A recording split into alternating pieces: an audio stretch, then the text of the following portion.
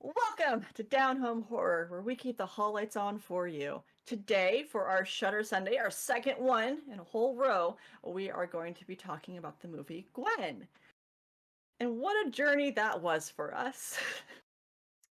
In If fact. you are unaware of what Gwen is and you read the description, you still won't really know what Gwen's about. So, I am off the cuff trying to give a summary. It is set in 1855 in Snowdonia. That's all I need to know because I know exactly where that is. It's about a teenage girl. She is our main character. She and her family live on a farm. There are some troubling times. There are some supernatural spookiness things that are happening at the same time. And her mom clearly knows there's more to what's going on and is trying to protect her kids. Meanwhile, main character is obviously a teenager and has to get to the bottom of what's going on, hell or high water, whether she likes it or not. They aren't necessarily a well-off family, so there's a lot of struggles too within class, and it's very much a folk horror story. At least it tries to be.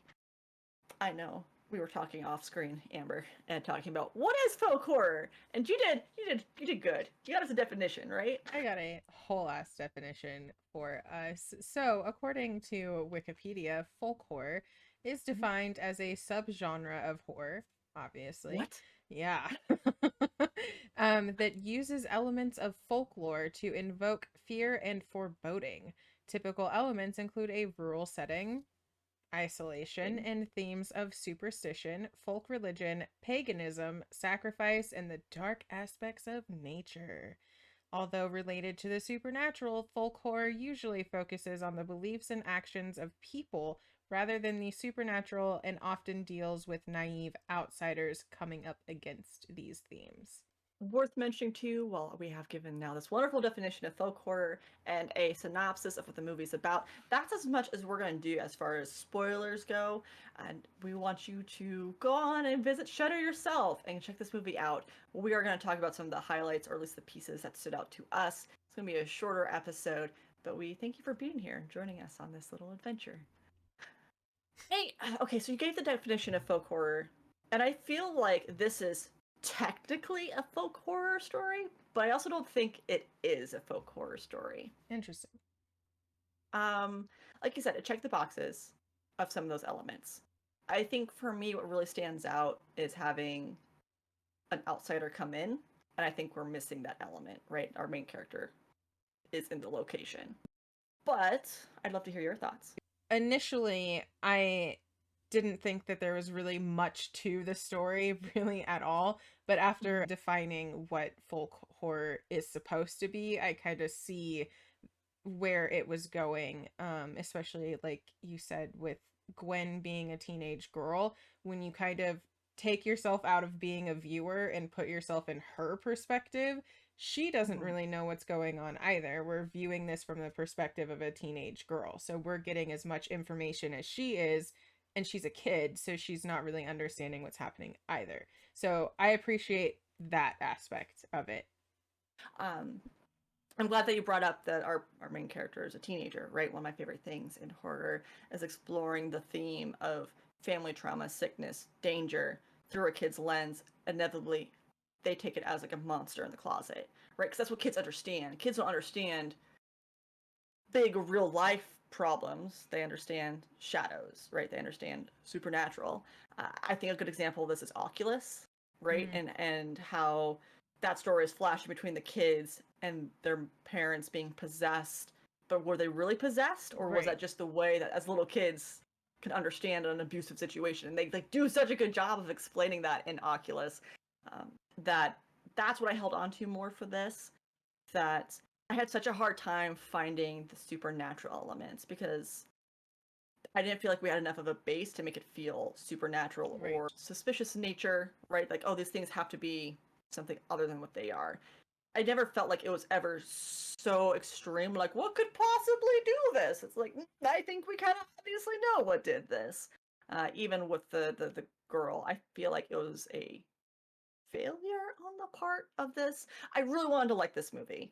Um, for me, I don't think the message and the theme landed as well as they would have liked it to. Because the teenager serves as our outsider looking into the world, right? But also when you think of what's happening outside of their home, you have like the townspeople as another version of an outsider. There's one part in particular, again, we're not going to go into spoilers, but where Gwen is talking to a doctor that says something very specific that leans towards what him and the rest of the townspeople think is happening based on what Gwen is seeing happen, which are not necessarily the same things.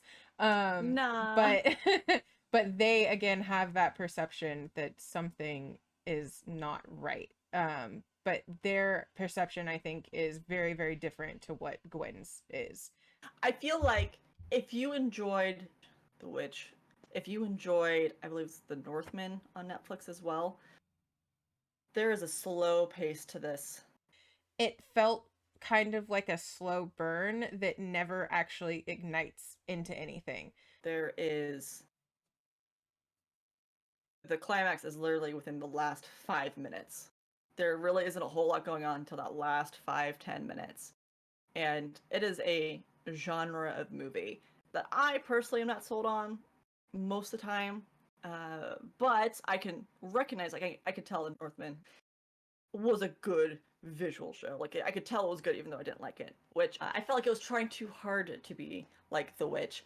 And The Witch came out 2015.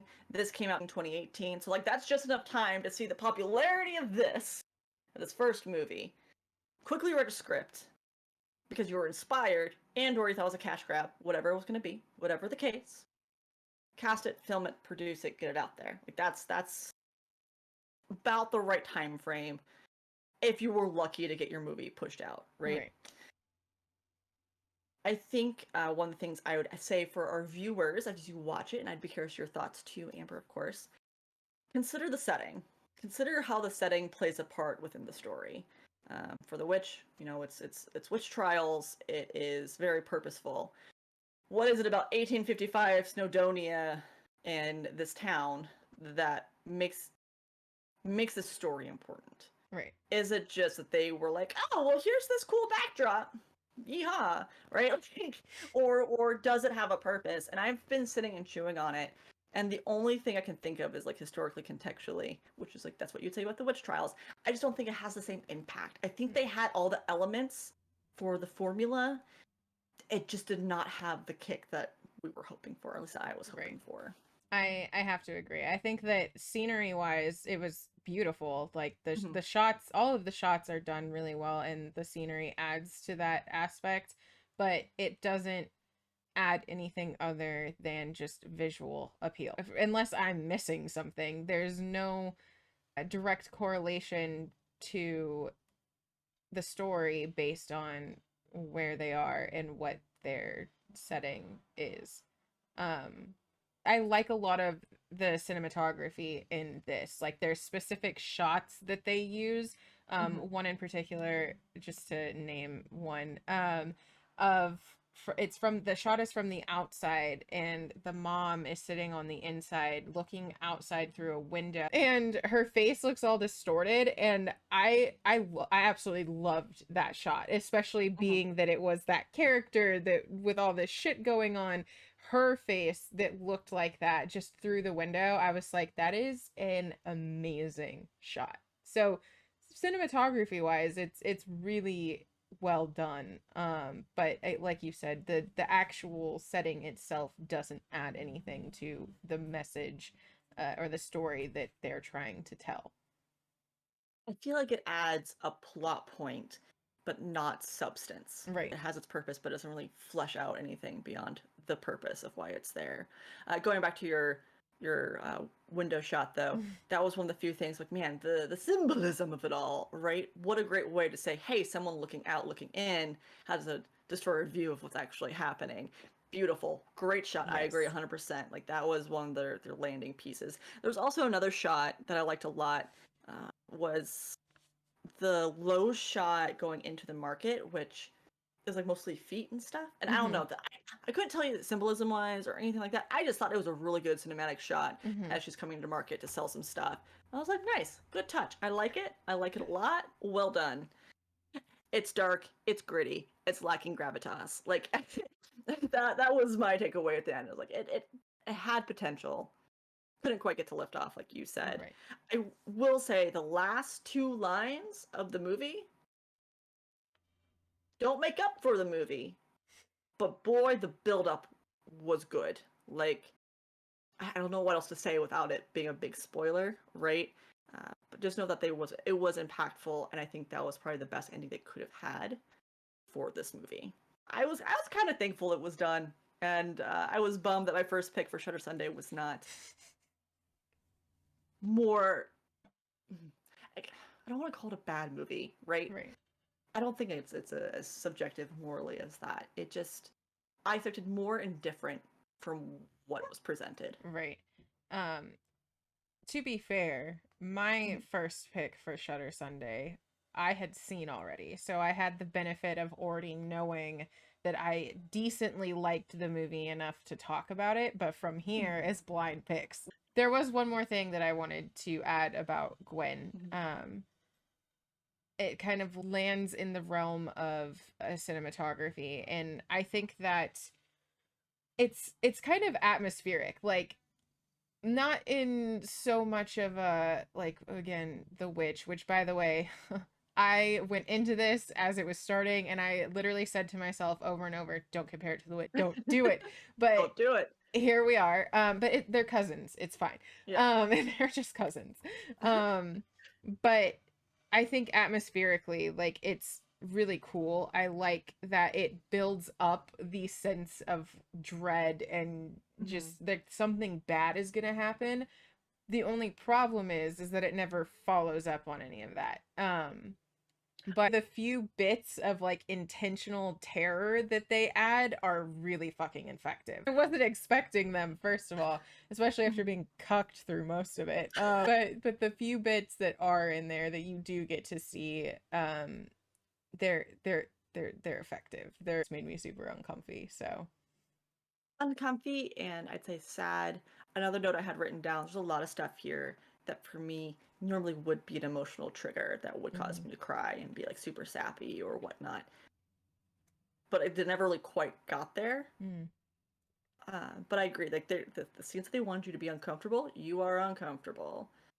But yeah, I also don't want to say that this is a bad movie because I don't believe that it is. I think two things. One, I wish that I was a little bit more educated on what folk horror was before watching it.